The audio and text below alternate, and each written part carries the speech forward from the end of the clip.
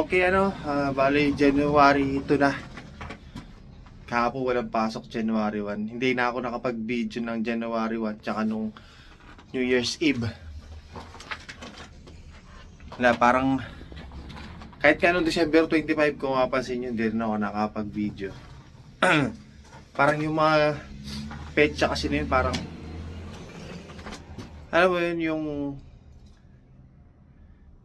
namimiss mo yung pamilya mo sa Pilipinas.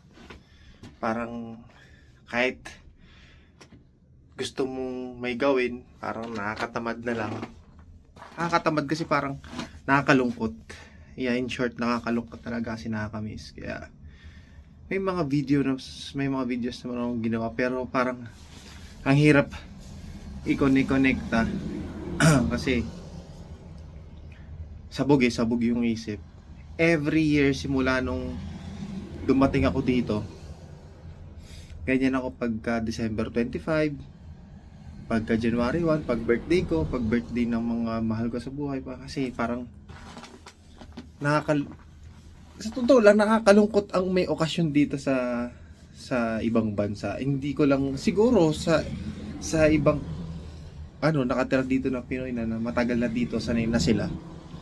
Pero yung kasi nga hanapin mo yung klase ng okasyon na kung paano tayo mag-celebrate sa Pilipinas, yun yung nakakamiss, lalo na kahit na sobrang simple lang ng celebration nyo, basta magkakasama kayong pamilya, ayun yung nakakamiss eh. Kaya yun, tulad kahapon, lumabas, walang magawa sa bahay, walang pasok, pinilit ko pa rin lumabas. Pumunta kami sa sa West Edmonton Mall. Yan, ito sana yung isa sa mga video na nirecord ko nung papunta kami ng West Edmonton Mall. Kaso ngayon nga, dahil nga wala ako sa mood mag-video, medyo matamlay, kaya hindi ko natapos. Patagpi-tagpi ko na lang ilalagay dito para at least mapakita ko lang sa inyo yung ginawa namin at pinuntahan namin nung January 1.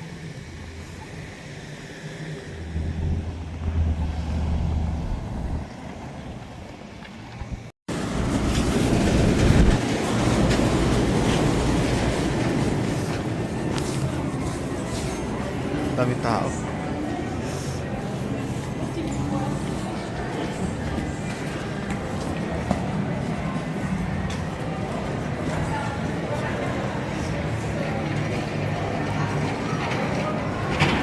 Tapos ayun, parang hindi pa rin kompleto yung vibes, kasi parang ramdam mo pa rin na parang gusto ko pa rin yung kung paano tayo mag-celebrate sa Pilipinas, yung ganun ba. Yung actually yung New Year's Eve, ang plano ko nun, pupunta ako sa downtown para manood ng fireworks, doon mag-celebrate, kasi pagka New Year's Eve nandun yung mga tao, may naga-fireworks sa downtown. Pero natapos na kasi kami din, anong oras na, parang mag-11 na kami nakapag-out galing sa trabaho. Kaya yun, hindi na rin ako nagpunta. Bukod doon, parang nakakatamad nga kasi. Yun nga, bilang isang pamilyadong tao, bilang isang padre de pamilya, parang nakaka-miss at nakakalungkot mag-celebrate na hindi buo yung pamilya mo. Kaya mas minabuti ko na lang na tumawag sa mag-ina ko. At least yun, kahit paano kausap ko sila sa video call, mas okay ako sa ganun kesa yung lalabas ako tas mag-celebrate tas ako lang. Parang hindi ko feel. Kaya hindi ako nakapag-upload. Sa mga times na ganun talaga, yung may mga importante okasyon, nakakalungkot na siguro alam ko ramdam yan ng halos lahat ng OFW, lalo na sa mga hindi kasama yung pamilya sa bansa ko na nasaan man sila. Kaya ngayon, ito, nag-try ako mag-video ulit de January 2 na, tingnan natin kung ano mangyayari sa paglalakbay natin papunta sa trabaho. Tapos kung ano mangyayari sa trabaho ngayon. Sana busy para yun. Minsan may mga times sa gusto mong busy para mabilis yung oras, may mga times naman na gusto mo na chill lang. Yung pagka maganda ang mood mo para at least nakakapag-relax ka. Yun. Ganun. So yun nga. Kahit nga hanggang ngayon, ramdam ko pa rin na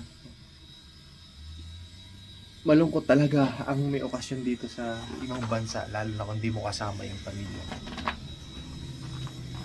Lalo ganito pag may snow, mukha lang siyang magandang tingnan sa sa sa mga movie. Maganda naman siya talagang tingnan, kahit sa personal maganda siyang tingnan. Pero ang lungkot niyan tingnan. Kasi wala kang makikitang tao sa kalsada. Wala kang makikitang mga nagse-celebrate sa kalsada, nagsasaya sa kalsada, wala kang makikitang mga naglalakad. Walang bumabati sa'yo habang naglalakad. Kasi wala kang nakakasalubong, hindi ka tulad sa Pilipinas. Tapos yun nga, ang makikita mo, puro snow lang. Yung ganito, ganyan lang yung makikita mo. Diba? Parang halos, kung titingnan mo, syempre may mga kulay naman talaga, yung mga bahay, ganyan. Pero, ang tingin mo parang black and white lahat eh.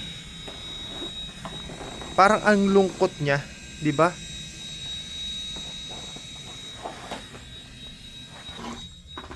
Yun lang yung gusto ko lang i-share kung bakit yun nga na hindi ako nakapag-video. Salita ako ng salita dito, yung bus parang parang delay pa.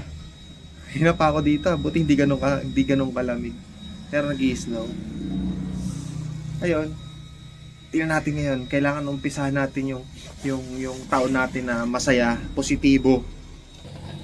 So, shinare ko lang yung mga naramdaman ko nitong mga nakalipas na okasyon nga. Pero ngayon, uumpisahan natin ang taon natin ng positibo na dire-diretso pa rin tayo sa goal natin sa buhay. Tatahakin pa rin natin yung landas na kailangan natin tahakin para maging matagumpay. Sabi nga, lalangoyin natin yung kasalungat na agos para marating lang yung kabilang baybay. Kaya, sana samahan nyo pa rin ako hanggang ngayon. Kahit sa mga 3, 4, 6 na nanonood, samahan nyo pa rin ako sa journey natin, sa buhay natin dito. Kung ano mang mangyari, i-aadya ni Lord lahat yan. Kung para sa atin yan. Okay? Antayin mo na ulit akong bus. Alright?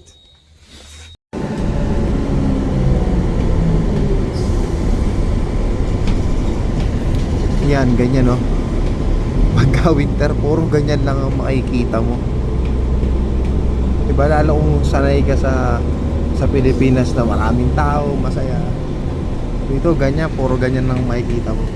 Lalo na ako, yung lahat ng tinirahan ko sa Pilipinas, puro mataong lugar. Lahat na napadpadang kong lugar sa Pilipinas, sa mga dati kong trabaho, kung saan man ako na-assign, yung mga natitirahan ko, puro matao, puro marami ka nakakasalamuha. Kaya kung titira ka dito, nasanay ka sa maraming tao, maninibago ka talaga mararamdaman mo yung homesick. Ito nga eh, diba? 3 taon na nga ako dito, pero ganun pa rin yung pakiramdam ko. Siguro isa pa rin sa nakakadagdag ng pagka-homesick ko dito. Kahit nasabihin natin sanay na dapat ako kasi 3 taon na ako yung hindi ko pa makasama yung ng buo yung pamilya ko. Diba? Kita mo, ganyan na itsura dito ng ilang buwan.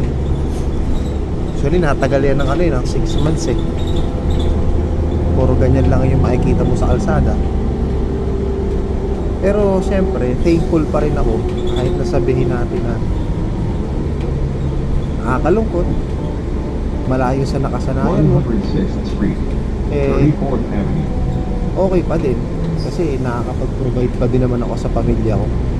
Yung mga bagay, yung mga pangarap ko sa kanila na medyo mahirap kong tuparin sa Pilipinas, kahit nasabihin natin, oo, kaya kong tuparin, pero sa matagal na panahon. 106th Street, 35th Avenue. At least dito, sa loob ng sa loob ng 3 taon, marami na rin naman akong natupad para sa mga pangarap ko isa sa mga pangarap ko sa marami na rin naman ako natupad sa mga pangarap ko sa pamilya ko.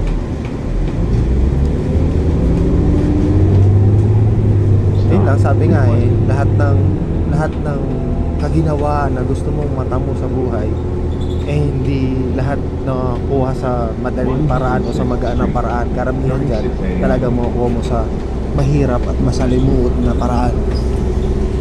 Kaya kailangan maging matatag ka lang,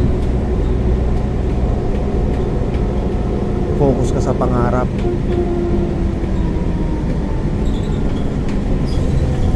Masasaan pa malalagpasan mo rin yan lahat at matutupad mo lahat ng pangarap mo sa sarili mo, lalo sa pamilya mo.